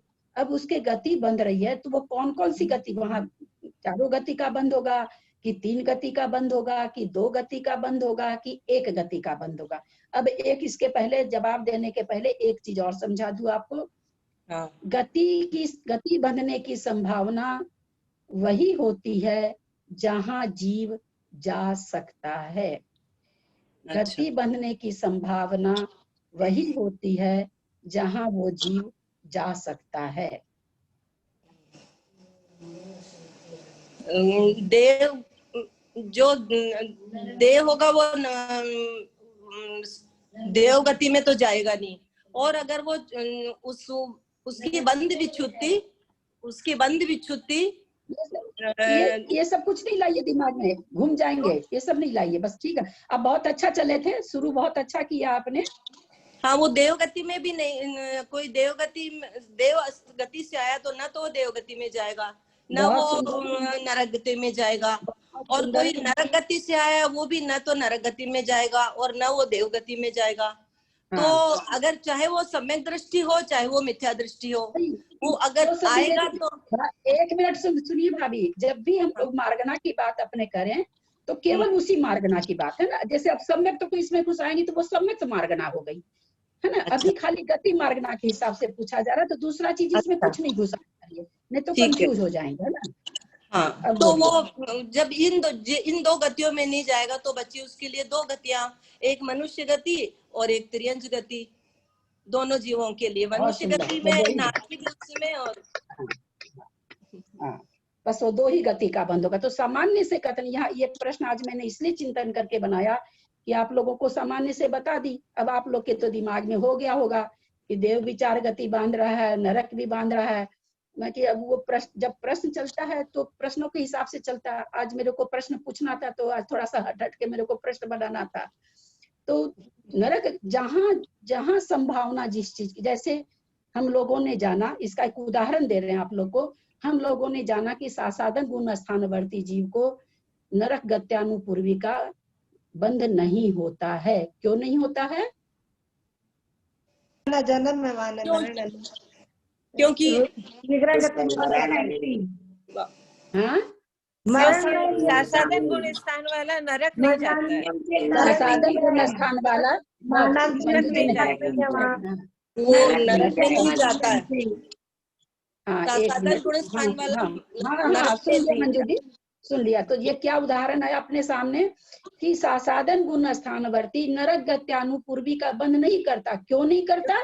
क्योंकि नरक नहीं जाता। क्योंकि उसी नरक तरह में से हाँ बस देव आयु वाला देव और नारकी, नरक में नहीं जाता, देव में नहीं जाता, देव में नहीं जाता, नरक में नहीं जाता, तो जाएगा ही नहीं, तो उस गति को बांध के करेगा क्या, है ना? तो तो कैसे वो करेगा? दो तरह की गति उसके बंध के अयोग्य हो जाती है। उसको गति बंधेगी तो त्रियंच गति और मनुष्य गति बंधेगी। ये चारों गति सामान्य कथन होने के बाद भी मनुष्य और त्रियंच के चारों गतियां चलती रहती, केवल ये दो के ही चलती है, नारकी के भी नहीं बन सकती चारों गति, देव के भी नहीं बन सकती। अब चले हम मनुष्य के। अब मनुष्य मान लीजिए कोई है और छठे गुण स्थान में आ गया, तो उसको भी त्रियंच गति नहीं बन सकती, क्योंकि अब उसको त्रियंच आयु का बंध नहीं हो सकता। हाँ है ना? ये विवक्षा आप लोगों को बारीकी से विवक्षा समझाने के लिए हम इस बात को ला रहे हैं कि बढ़िया से विवक्षा, क्योंकि जितनी बढ़िया से विवक्षा समझी रहेंगी आगे सत्य बंध उदय उतना ही बढ़िया समझ में आएगा। तो जैसे मनुष्य है, जैसे हम लोग मान लीजिए अभी हैं, हम लोग का अगर पहला गुण स्थान है, हम लोग को चारों तरह की गति बंध रही है। दूसरी चीज ये हम नहीं खोज पाए, मैंने आज सोची भी कि खोजूं, कि अगर मान लीजिए ये जैसे सम्यक दर्शन हो गया, सम्यक दर्शन होने के पश्चात ये त्रियंच आयु और नरक आयु और मनुष्य को तो मनुष्य आयु भी नहीं बनती है। तो जहां तक मुझे लगता है कि ये तीनों गति भी फिर नहीं बंधनी चाहिए। यह भी हम खोजेंगे, खोजे बिना नहीं बोल सकते हैं, लेकिन ये पक्का है कि जिस समय आयु बनती है उस समय वही गति बनती है। और एक ये सिद्धांत है कि मरण के पहले जिस आयु में जीव जाता है, नियम से उस अंतर्मुहूर्त पहले वही गति बंधने लग जाती है। जिस आयु में जीव जाता है, जैसे मान लीजिए मनुष्य है, 4 मनुष्य हैं, एक नरक जा रहा है, एक देव में जा रहा है, एक त्रियंच में जा रहा है, एक मनुष्य में जा रहा है। पहले जो भी उसको जैसे भी गति बंधी हो, मरण के समय में अंतर्मुहूर्त पहले जो नरक जा रहा है उसको नरक गति बनने लगेगी, जो देव में जा रहा है उसको देव गति बनने लगेगी, जो मनुष्य में जा रहा है उसको मनुष्य गति बनने लगेगी, जो त्रियंच में जा रहा है उसको त्रियंच गति बनने लगेगी। अब ये चिंतन आ जाया कि अगर कोई सम्यक दर्शन प्राप्त कर लेता है तो बंध भी छुट्टी हो जाती है गत्यानुपूर्वी की, गति की, मनुष्य आयु मनुष्य गति। तो 5वें गुण स्थानवर्ती जैसे कोई हो जाए, 7वें गुण स्थानवर्ती कोई हो जाए, तो मनुष्य के भी तत्संबंधी गतियां बंधनी बंद हो जाएगी। जो सम्यक दर्शन, अगर सम्यक दृष्टि हो गया, उसी हिसाब से उसको गति बंधेगी, क्योंकि उसके पहले बंध विच्छुत्ति हो जाती है। जब हम लोग पढ़ेंगे तब इस चीज को जानेंगे। अभी यहाँ इतना पकड़ना है कि सम्यक दर्शन होने के बाद में जिस आयु का बंध नहीं होता है उस आयु की गति नहीं बंधती है। समझ में आया होगा सारा विवेचन? हाँ आ गया। हाँ, बहुत अच्छे से आ जय गया। जिनेंद्र आंटी, मेरा एक क्वेश्चन था आंटी, एक कंफ्यूजन था। हाँ बोलिए, कौन बोल रहे हैं? आंटी मैं रिंकू। हाँ बोलो। आंटी आपने बोला कि कभी चाहे अंतर्मुहूर्त पहले भी मरण के किसी जीव को अपकर्ष काल पड़ता है और आयु का बंध होता है, तो आयु का बंध मतलब तो कि उस गति में वो जाता है तो उसकी आयु पूरी बंध गई, इतने साल की, इतने वर्ष की, जो भी वर्ष की। तो आंटी फिर अकाल मृत्यु क्यों होती है? वो सब आप बोल रहे आयु के निषेक एक साथ में खिर जाते, तो आंटी ऐसा क्यों? जब गति बंद हो गई, वर्ष पूरे अपने जब बंद ही कर लिया, तो फिर ये अकाल मृत्यु क्यों? तद्भाव में उसको अकाल मृत्यु क्यों होगा? ठीक है, तुम समझी नहीं ठीक से। अब चलो फिर से इसको ले लेते हैं। किसी के भी जीवन में 8 अपकर्ष काल पड़ते हैं। 8 अपकर्ष काल में अगर आयु नहीं बंधे तो, आयु पूरी कर रहा है वो, 8 अपकर्ष काल बीते हैं उसका कहीं कुछ किसी कारण से मरण नहीं हो रहा है, स्वाभाविक मरण उसका होने जा रहा है। अगर 8 अपकर्ष काल में किसी जीव ने आयु का बंध नहीं किया तो अंतर्मुहूर्त पहले, मरण के अंतर्मुहूर्त पहले आयु का बंध करेगा, अंतर्मुहूर्त विश्राम करेगा, बांधी हुई आयु में गमन करेगा। ये विवक्षा एक हुई। एक जो विवक्षा अकाल मरण की है, उसमें तो वो अकाल मरण उसका अपकर्ष काल बीता कि नहीं बीता, आया कि नहीं आया, वहां तो किसी कारण से वो मर रहा है। एक्सीडेंट से मर रहा है, अथवा नस काट लिया तो मर रहा है, अथवा फांसी लगा लिया तो मर रहा है, खुद को जला लिया तो मर रहा है। तो यहाँ पर हमने ये कहा कि ये इस तरह का, जैसे किसी का भयंकर एक्सीडेंट हो गया, जब तक वहां मान लो चौराहे पर हुआ, चौराहे की पुलिस जब तक पहुंचती है तब तक उसको मृत घोषित कर दी, लेकिन उसके पहले उसको आयु का बंध हुआ है। आयु बंध होने के बाद में अंतर्मूर्त के बाद ही मरण होता है, चाहे अकाल मरण क्यों ना हो। तब सवाल ये उठता कि चौराहे पर एक्सीडेंट हुआ, चौराहे पर ही पुलिस थी, तो अंतर्मूर्त बेटा एक आवली एक समय आंटी, का ही है। ये तो तद्भाव के लिए है ना। मैं पूर्व भाव में जो आयु बांध के वो इस भाव में आया और उसकी अकाल मृत्यु हुई है, मैं उसकी बात कर रही हूँ। तो अकाल मृत्यु क्यों हुई? ये तो तद्भाव के लिए है, ये तो फ्यूचर के लिए है कि अगला जो बना वो अंतर्मूर्त पहले अगले भाव के लिए तो अकाल मरण, हाँ, अकाल मरण भुज्यमान आयु का ही तो होता है, बद्धमान आयु का थोड़ी होता है, तभी तो अकाल मरण कहलाता है। पूर्व में बांध के 100 वर्ष की आयु आया था, हाँ। किसी भी कारण से अनंतानुबंधी का इतना तीव्र कसाय का उदय आया, अपनी नस काट लिया क्रोध में आकर के, मर गया, 60 साल में ही मर गया, 70 साल में अपने ये कर लिया। तब भाभी उद्दीपना की बात कर रही है, निषेध की जो एक साथ आंटी, ऐसा क्या उदय आया, ऐसा क्या उदय आया या बंध था कि उसके एक साथ आयु का निषेक हो गया? निषेक एक साथ झड़ जाते हैं। क्यों झड़ा? मतलब क्यों झड़ा आंटी? जब आयु बंदी हो गई तो आप सुनोगी, और सब जब मैं बोलूं तो कम से कम एकदम कोई भी ना बोले, जो प्रश्न कर रहे हैं वो भी ना बोले, समझाने के बाद नहीं, समझाने के बाद बोले। बीच में बोलने से सारी चीज इधर उधर हो जाती है और किसी को कुछ पल्ले नहीं पड़ता। 100 वर्ष की आयु किसी ने बांधी, ठीक है, और 100 वर्ष की आयु बांध के मनुष्य भाव में आया, किसी भी कारण से, किसी भी संताप से, किसी भी कारण से। आजकल तो वो क्या कहता है, डिप्रेशन से, डिप्रेशन वाले को सुनते खाली मरने का ही सूझता है। किसी भी कारण से उसने अपने आप को मार लिया, 50 वर्ष की उम्र में मार दिया, 60 वर्ष की उम्र में मार दिया, वही तो अकाल मरण कहलाता है। जब उसने मारा वो अंतर्मूर्त काल तक जिंदा रहा, आयु बंधी, अंतर्मूर्त काल तक रहा, उसमें सारे निषेक जो 40 वर्ष 60 वर्ष में मान लो वो अपने आप को घात किया है, तो 40 वर्ष के आयु के निषेक उसके उसी समय खत्म हो जाते हैं। इसका उदाहरण दिया है कर्म कांड जी में कि जैसे हम पेट्रोल भरा के गाड़ी में चलते हैं, हमने टारगेट बना के रखा कि समेत शिखर जी पहुंच जाएंगे इस पेट्रोल से, पता चला समेत शिखर जी अभी 200 किलोमीटर दूर है, पेट्रोल खत्म हो गया। भाई कैसे खत्म हो गया? देखा गया, जांच किया गया तो पता चला टंकी में एक छेद था, तो जितना पेट्रोल लगना चाहिए था उससे ज्यादा खर्चा हो गया और टंकी खाली हो गई। ये उदाहरण आया है कर्मकांड जी में। ललिता जी, इसका उदाहरण एक वो नल से भी आता है ना, कि नल का टूटी पूरा खोल दो और थोड़ा खोलो। हाँ, वो तो किसी चीज में भी तो वो, अब वो सोचो कि वो 60 वर्ष की उम्र में अपनी नस काटा तो उसके जितने भी उम्र के निषेक थे, आयु के निषेक थे, सारी उदीर्णा हो गई। माने एक एक निषेक, प्रत्येक समय आयु के एक एक निषेक उदय में आते, अब वो प्रत्येक समय झुंड के झुंड आकर के और आयु खत्म हो गई उसकी, तो इसको अकाल मरण कह दिया गया। आया समझ में रिंकू? नहीं आंटी, ये बात तो मुझे समझ में आई, लेकिन मुझे ये समझ, पूर्व जन्म में जब उसने पूर्व भाव में या पहले आयु में जब उसने तद भाव के लिए आयु बांध ली थी, तब ऐसा क्यों हुआ? जब आयु फिक्स हो गई तो क्यों हुआ? मुझे ये समझ में नहीं आया। आयु फिक्स, आयु को नहीं भोग पाना ही तो अकाल मरण है। और अकाल मरण किसका है? अकाल मरण नाम जो आया है, अगर फिक्स आयु पूरी कर लेगा तो अकाल मरण तो है ही नहीं फिर किसी का भी।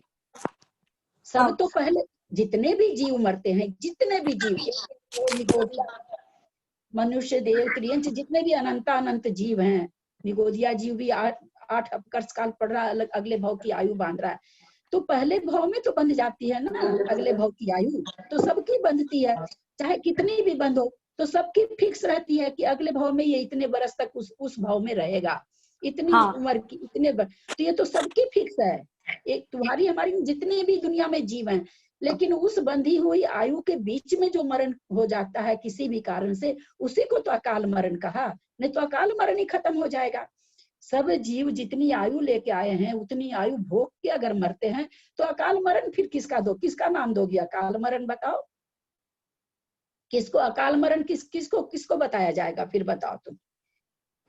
जो बध्यमान आयु है उसमें तो अकाल मरण होगा नहीं, वो तो अभी आई नहीं है, उदय में नहीं आई है, तो उसका अकाल मरण कहाँ से होगा? हाँ वो तो ठीक है। हाँ, नहीं तो इसमें ऐसा नहीं हो सकता है कि उसकी मौत ऐसी ही निर्धारित ही थी कि उसकी ऐसे अकाल मृत्यु ही होगी। एक चीज आप लोग हमेशा याद रखिए, मैंने अभी किरण भाभी को भी यही बात बताया, विवक्षा एक तरह से करनी चाहिए। कर्मकांड जी में 2000 विवक्षा है, 2 विवक्षा भी एक साथ नहीं चलती है कहीं भी। वो विवक्षा अलग है कि भगवान ने देखा था, फिर वो तो फिर कोई कह देगा तो कानपंथी जैसे है, कोई कुछ ले आएगा इसमें, कोई कुछ ले आएगा। उन बातों की जगह नहीं है यहाँ इसने इसका इतना ही मतलब था कि भाई उसको पूरी आयु मिली है तो उसको वो फिर क्या नाम है, वो तो पूरी आयु भोगेगा ना, क्यों? तो वही आयु के पहले उसने मरण किया या एक्सीडेंट से मरण हो गया, वही तो अकाल मरण कहलाया। हुआ कैसे? तो सारे आयु के निषेध अंतर्मूर्त में खिर गए, जितने भी थे उनकी उदीर्णा हो गई, इसको उदीर्णा कहते हैं। उन सारे आयु के निषेकों की उदीर्णा हो गई और उसका अकाल मरण हो गया। ठीक है आंटी, थैंक यू आंटी।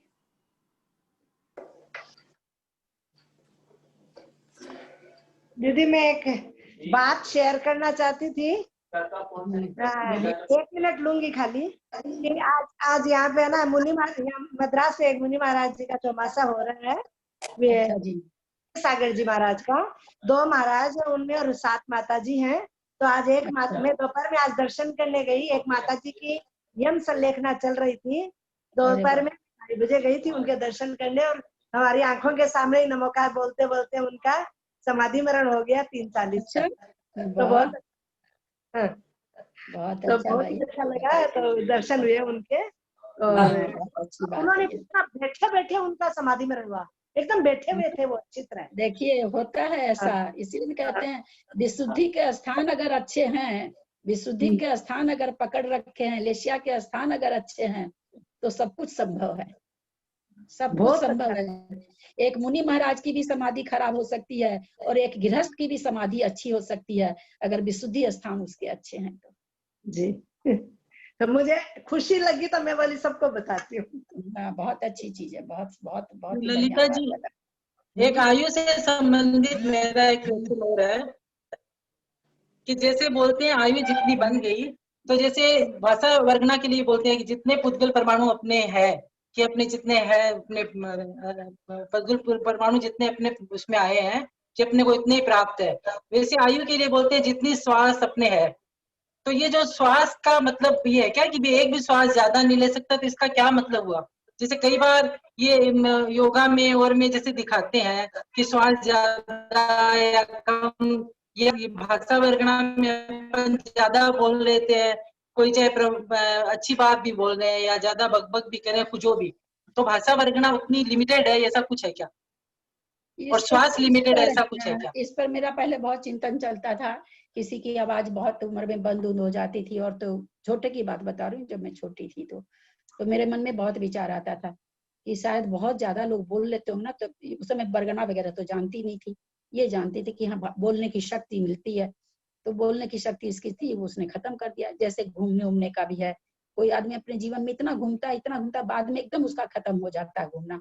तो इन चीजों पर मेरा बहुत बार चिंतन चलता था बच्चे जब छोटी थी तब, कि भाई ये कोई तो इसके पीछे कारण है। कोई चीज हम बहुत तेजी से जब भोग लेते हैं, जैसे मान लीजिए रसगुल्ला बहुत पसंद है, 1 महीना तक लगातार खूब खाते रहिए, जिंदगी भर के लिए मन उतर जाता है। तो मैं ऐसा मेरा बाल मन सोचता था क्या गलत है क्या सही है। और जो श्वासोश्वास की बात कह रहे हैं, हम अपने लोग में ना जैन सिद्धांत में मुझे जहां तक लगता है नाड़ी की बात है, श्वासोश्वास पर बात नहीं चलती, नाड़ी पर बात। नाड़ी की धड़कन शायद फिक्स है कि इतनी नाड़ी धड़केगी, ऐसा कुछ है। और भाषा वर्गना का कुछ नहीं है कि इतने ही पुद्गल परमाणु है? वो तो आपको बताई नहीं कि मतलब कहीं हमको पढ़ने नहीं मिला है ये, लेकिन जो आप अभी पूछ रही है, मेरे बचपन में बहुत चिंतन चलता था और मेरे अभी भी ये बात मन में बनी हुई है कि ज्यादा बकबक करो तो भाषा वर्गना जितनी हमको मिली थी उतनी तो खत्म हो जाएगी, या बिना मतलब का वहां घूम रहे हैं, वहां घूम रहे हैं, वहां घूम रहे हैं, तो पता चला कि हमारे जितने भी पैर संबंधी जितनी भी ताकत मिली थी हमने ऐसे ही खत्म कर दी, इधर उधर घूम के ताकत ही खत्म हो गई बुढ़ापे में। ऐसा ये चिंतन मेरे जरूर चलता है, पर मुझे कहीं भी पढ़ने उड़ने अभी इस संबंधी नहीं मिला है, और कहीं किसी से मेरी चर्चा भी अभी नहीं हुई। आज आप बोली हैं तो मेरे दिमाग में ये बात आई है, मेरे भी ये चिंतन। भाषा वर्गना के लिए अगर बोले कि भी बकबक किया तो उसका खत्म हो गया, तो जो अच्छे प्रवचन देते हैं, अच्छी बातें बोलते हैं, तो फिर उनका तो इसका मतलब वो गलत हो गया ना, कि उनकी खत्म हो जाएगी तो गलत हो गया ना। आपके सामने वो 1 घंटा प्रवचन दे दिए तो उसमें उनकी भाषा वर्गना चली गई है। वो 22 घंटा मौन बैठे हैं, वो आपको नहीं दिखा? अच्छा अच्छा, वो उनकी वजह से कवर हो गई मतलब। बहुत वो कितना सा बोलते हैं वो, बाकी तो उनकी तो चर्या सारी मौन वाली है, इसलिए वहां तो सोचने की जरूरत ही नहीं है अपने लोग को। हम लोग करते हैं बक बक बक। नहीं, अपने संसारी जीवों की बात कर रही हूँ। अगर अपन ज्यादा बोल रहे हैं, ज्यादा कर रहे हैं, तो कोई अच्छी बात भी तो बोलता है, जैसे कि अच्छी बात बोल रहा है, किसी को अच्छी धर्म की बातें बता रहा है मान लीजिए, तो वो भी उस समय ज्यादा बोल रहा है। तो मुझे तो ऐसा लगता है कि प्रशस्त होने से वो संक्रमित हो जाती है, जो नहीं बोलने वाली शक्ति थी वो बोलने वाली शक्ति में, क्योंकि आपस में संक्रमित हो सकती है, ये प्रकृतियां आपस में संक्रमित हो सकती हैं। तो हमको लगता है उसको वर्गना बढ़ जाती होगी संक्रमित होकर के। जितना कर्म सिद्धांत पढ़ा उस हिसाब से मैं अपना चिंतन बता रही हूँ। ये सब बातें कहीं इतनी खुलासा होकर लिखी नहीं रहती है, लेकिन चूंकि प्रशस्त वर्गना उसके मुंह से हमेशा निकल रही है, बहुत से लोगों का कल्याण हो रहा है। बहुत से लोगों को ऐसा भी कहा जाता है कि एक मिथ्या दृष्टि के उपदेश से हजारों सम्यक दर्शन को प्राप्त कर लेते हैं और मोक्ष चले जाते हैं। अब वो मिथ्या दृष्टि ही बना रहता है। तो उसके वचन वर्गना से फायदा हुआ ना लोगों को, तो हो सकता है संक्रमित हो जाती हो। और जहां तक बात है कि जो हम लोग बकबक करते बिना मतलब का बकबक, गप फांकना जिसको कहते हैं ना, गप फांकना, जो हम लोग का स्वभाव होता है लेडीज लोग का, वो बहुत निरर्थक है। उससे तो हमको लगता है जो प्रशस्त होती होगी वो और अप्रशस्त हो जाती होगी। और श्वास का मतलब नाड़ी से मतलब है। हाँ, नाड़ी से मतलब है, क्योंकि इसमें भी जो 18 बार मरण का है कि एक श्वास में 18 बार मरण करता है, तो वो एक नाड़ी की बात है उसमें भी। ठीक है। तो स्वस्थ मनुष्य की है ना, स्वस्थ मनुष्य की नाड़ी है उसकी नहीं, स्वस्थ मनुष्य की नाड़ी, ऐसा ही कथन है। आंटी अब एंड करते हैं। ठीक लगा कि नहीं? सबको हेडेक तो नहीं हुआ ना आज? अच्छा लगा, बहुत अच्छा लगा, नहीं बोल पाए तभी अच्छा, बहुत अच्छा था।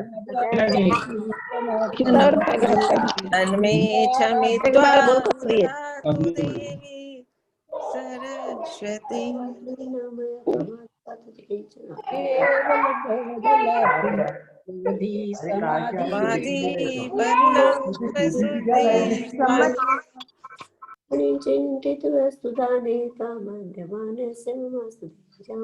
वाणी के ज्ञान ते सुझे लोकालोक, सो वाणी मस्तक चढ़ो सदा देत हूँ दो। हे जिन वाणी भारती जो तेरा सरना दे पावे सुख